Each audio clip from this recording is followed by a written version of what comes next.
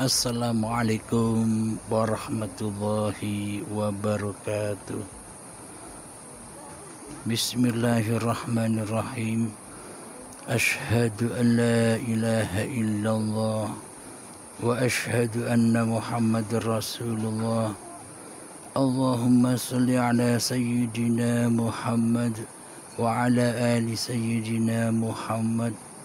Rabbi israh li sadri wa yassir li amri wahlul 'uqdatam min lisani yafqahu qawli. Amin. Bismillahirrahmanirrahim. Salam hormatku, salam santunku buat seluruh para sahabat tercinta di dalam maupun di luar negeri. Semoga kita semua selalu di dalam keadaan yang sangat bahagia. Amin ya rabbal alamin. Bismillahirrahmanirrahim. Kami melanjutkan ulasan yang ada di judul Bekal yang Hancur, dan ini yang saat ini berjudul Bekal yang Abadi. Antara bekal yang hancur sudah diterangkan kemarin, dan saat ini dengan judul Bekal yang Abadi. Di dalam cuplikan video tentang rukun Islam, di sana disebutkan langsung rukun Islam yang kedua, yakni sholat, yang ketiga zakat, yang keempat puasa, dan yang kelima haji. Sedangkan rukun Islam yang pertama tidak ada cuplikannya, yakni syahadat.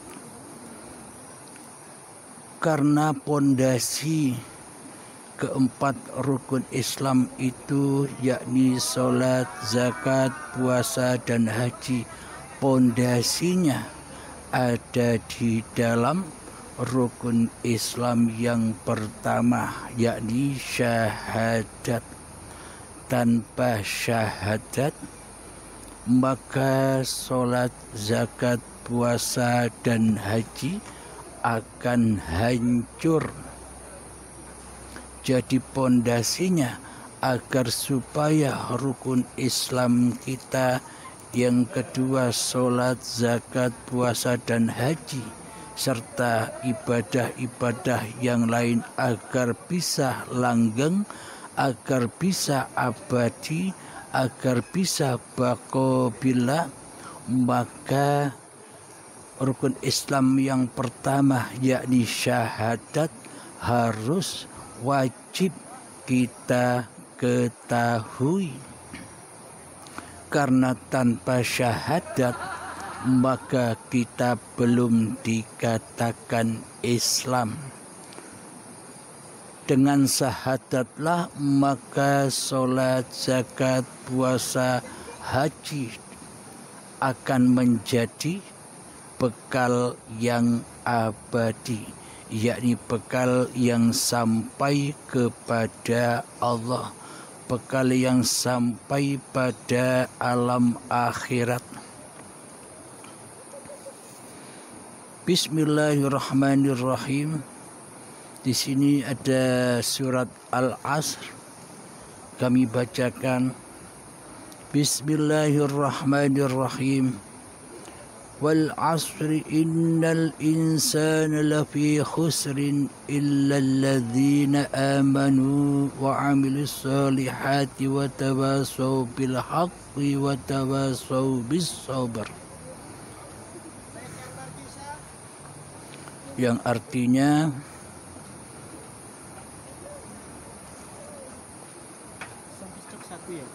sungguh celak demi masa, wal asri demi masa, illal insana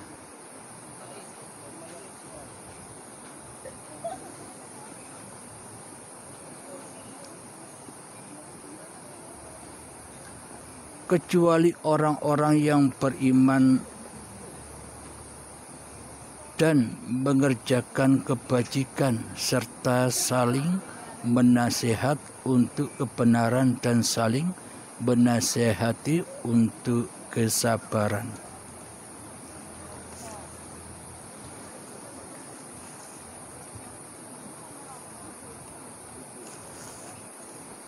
Bismillahirrahmanirrahim. Wal asr, demi masa. Innal insana lafi khusr, sungguh manusia berada dalam kerugian. Kami ulangi lagi. Wal asr, demi masa. Innal insana lafi khusrin, sungguh manusia berada dalam kerugian. Illalladzina amanu, kecuali orang-orang yang beriman. Wa amilus solihati wa tawasaw bil haqq, dan mengerjakan kebajikan serta saling menasihat untuk kebenaran. Wa tawasaw bis sabr, dan saling menasihati untuk kesabaran. Jadi amatlah rugi bagi manusia kecuali manusia yang beriman. Jadi sebelum kita bisa bersyahadat, maka tentunya didahului oleh iman dahulu. Tanpa iman, maka kita takkan mungkin bisa bersyahadat. Bersyahadat itu apa? Bersyahadat itu adalah penyaksian. Menyaksikan Allah. Itulah yang dimaksud bersyahadat. Tanpa menyaksikan Allah, tanpa bersyahadat, maka kita tak bakal pernah masuk Islam di sisi Allah. Bila syahadatnya hanya di mulut saja, maka seluruh agama dan bertuhannya serta seluruh amal ibadahnya serta solatnya hanyalah angan-angan saja di dalam kerugian, karena semua amalnya bakal tersesat tanpa bersyahadat kepada Allah. Jadi pondasi seluruh amal ibadah, pondasi keberagamaan dan kebertuhanan manusia adalah lewat pintu syahadat. Yakni sebelum bersyahadat, awaluddin ma'rifatullah. Awal suatu agama adalah mengenal Allah. Tanpa kita mengenal Allah, bagaimana mungkin kita dikatakan sudah beragama? Tanpa mengenal Allah, apakah mungkin kita bisa menyembah Allah? Tanpa kenal Allah, apakah mungkin kita bisa beribadah kepada Allah? Tanpa mengenal Allah, apakah kita bisa sholat kepada Allah? Sementara yang kita lakukan selama ini, badan-badan kita sholat, tapi hati kita keluar dari jasad, berkeliaran bersama hawa nafsu, iblis dan syaitannya, menemui sekutu-sekutunya, yakni yang dicintai di hatinya, yaitu hubbud dunya. Jadi selama ini Tuhan kita bukan Allah di hati kita. Di hati kita yang ada hanyalah hubbud dunya. Di hati kita yang ada, yang wujud, yang nyata, yang nampak, yang kuasa selama ini adalah diri kita sendiri yang mentuhani seluruh aktivitas ibadah dan sholat kita. Berarti selama ini yang jadi Tuhan bukan Allah, yakni diri kita sendiri yang selama ini menjadi Tuhannya. Maka dari itu,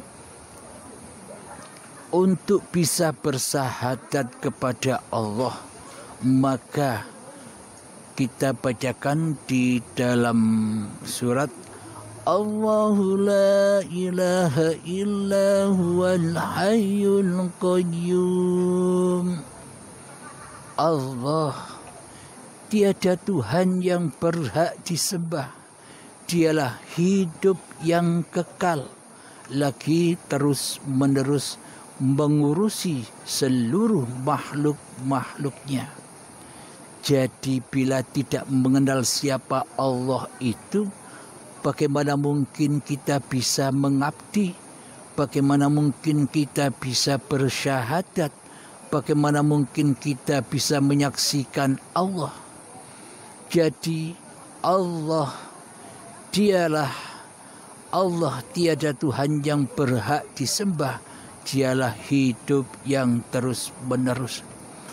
Jadi selama hidup ini kita akui. Jadi selama hidup ini kita sangka sebagai hidup diri manusia kita, selamanya kita takkan pernah bisa bersyahadat. Selamanya kita takkan pernah bisa mengenal Allah. Jadi untuk mengenal Allah itu adalah ketika diri manusianya sudah gaib di hatinya. Ketika kita sudah mengenal Allah, bertemu Allah, menyatakan kewujudan Allah, ditandai sudah tiadanya kewujudan diri manusia kita di hati kita. Ketika kita sudah bisa menyaksikan hidup ini Allah, maka ditandai hengkangnya hidup manusia kita di hati kita. Jadi hidup inilah Allah. Hidup inilah yang bisa menyaksikan makhluk-makhluk ciptaannya. Hidup inilah yang bisa menyaksikan badan-badan yang diciptakannya, dan hidup inilah yang bisa menyaksikan segala sesuatu, apa yang dipandang dan apa yang didengar oleh telinga badan-badan ini. Jadi dengan adanya hidup, jadi dengan nyatanya hidup, jadi dengan nyatanya Allah, maka terlihatlah, maka kita bisa menyaksikan ayat-ayat Allah, yakni segala sesuatu yang ada di depan kita, segala sesuatu yang kita pandang, segala sesuatu yang kita dengar, apapun di hadapan kita, di depan kita, di belakang kita, di kiri dan di kanan kita, semuanya itulah ayat-ayat Allah. Jadi dengan Allah lah nyata ayat-ayatnya. Tanpa wajhullah, maka ayat-ayat itu akan teraku-akui sebagai manusianya yang bisa melihat, yang bisa mendengar, karena manusianya selama ini mentiadakan Allah di hatinya. Karena manusia selama ini menggaibkan Allah di hatinya. Karena selama ini manusia berposisi sebagai Tuhan daripada menjadi hamba. Inilah persoalan pelik yang selama ini tidak bisa kita pecahkan. Karena bagaimanapun, bila hidup ini masih kita akui sebagai hidup manusia kita, selamanya kita takkan pernah mengenal Allah. Jika tidak mengenal Allah, bagaimana kita mungkin bisa melaksanakan rukun Islam yang pertama bersyahadat. Jika tanpa bersyahadat, maka sholat, zakat, puasa, haji, dan seluruh ibadah-ibadah kita bakal hancur. Maka dengan iman, takwa, yakni mengenal Allah, yakni hidup inilah Allah, maka itulah yang disebut syahadat. Jadi tak satu pun manusia bisa menyaksikan Allah ketika diri manusianya masih ada di hatinya. Tak satu pun manusia bisa bertemu Allah ketika manusianya masih merasa ada di hatinya. Jadi ada ayat yang mengatakan begini, Muhammad, jangan kau bahas tentang roh, karena roh itu adalah rahasiaku. Jadi ini hanyalah sanepan kiasan saja. Selagi di hati kita yang jadi Tuhan Muhammadnya, ketika di hati kita yang jadi Tuhan diri manusia kita yang merajai, yang menguasai, yang merasa memiliki hidup dan badan ini masih menjadi Tuhan di dalam hati kita, maka selamanya kita takkan pernah mengenal siapa Ruhullah itu, siapakah Allah itu. Jadi ketika manusia sudah memasrahkan kembali dengan rela dan ridho bahwa hidup dan badan ini sesungguhnya bukan milik manusianya, maka terkembalilah kepada Allah sebagai pemilik hidup dan badan ini, yakni zahir batinnya Allah sendiri. Ketika sudah kita pasrahkan dengan rela dan ridho, maka asyahid, maka hanya Allah lah, maka hanya hiduplah yang bisa menyaksikan apa-apa yang diciptakannya. Inilah yang dimaksud syahadat. Jadi dengan syahadat inilah pondasi-pondasi rukun Islam yang kita jalani. Dengan syahadat inilah maka bekal-bekal perjalanan kehidupan ini, bekal kita akan abadi, akan bakok, bekal kita akan kekal, bekal kita akan sampai di sisi Allah. Karena yang mentuhani di dalamnya hanyalah Allah, maka itulah yang dimaksud bekal yang abadi.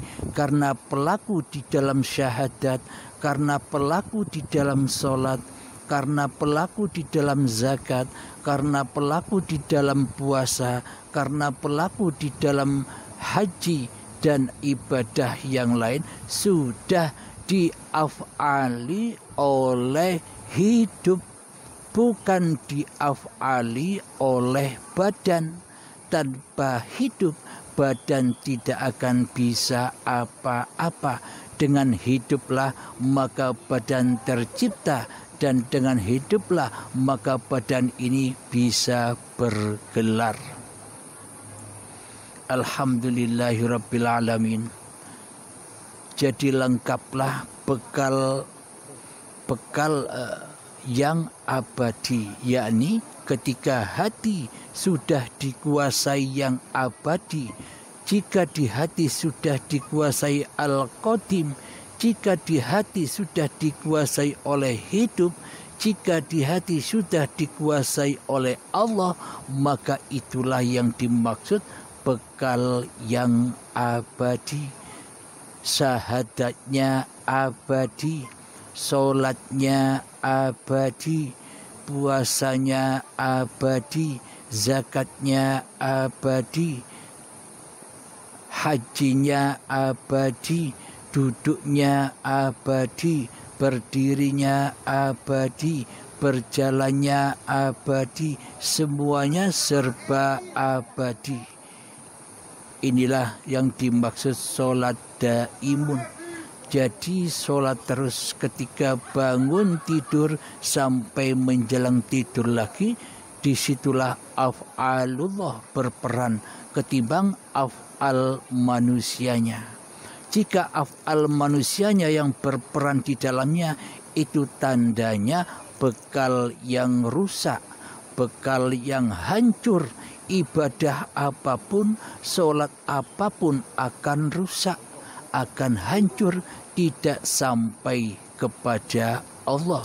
Akan tetapi bila di dalamnya sudah diaf'ali oleh Allah, sudah dikuasai oleh Allah yang baqo, yang abadi, maka seluruh amaliyah-amaliyah yang terjadi sejak bangun tidur sampai tidur lagi, semuanya tetap di dalam yang baqo, yang kekal di sisi Allah. Inilah hamba Allah, inilah khalifatullah, dan inilah utusan-utusan Allah. Hamba yang diutus oleh hidup sejak dari tanah sampai menjadi bayi hingga saat ini, sampai nanti menjadi tanah lagi, semuanya diutus oleh Allah, dipergerakkan oleh Allah, diperjalankan oleh Allah. Manusia hanya diam saja, tak bersuara, tak berhuruf. Jadi di dalam hatinya manusianya sudah fana, sudah sirna.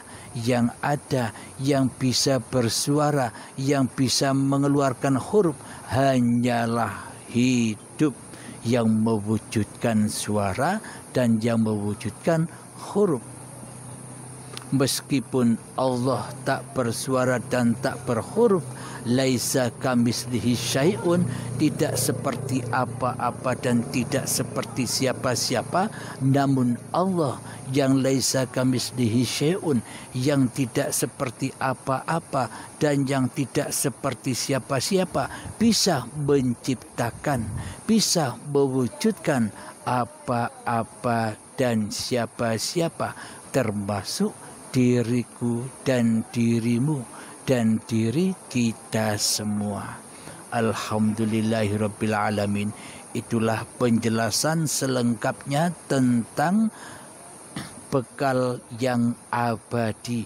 Jadi lengkaplah sudah rukun iman itu, yakni syahadat, salat, zakat, puasa dan haji sudah sempurna ketika hambanya sudah bermakrifat kepada dirinya, yakni yang tiada, yang gaib diri manusianya, maka nyatalah, maka bermakrifatlah Allah Subhanahu wa ta'ala.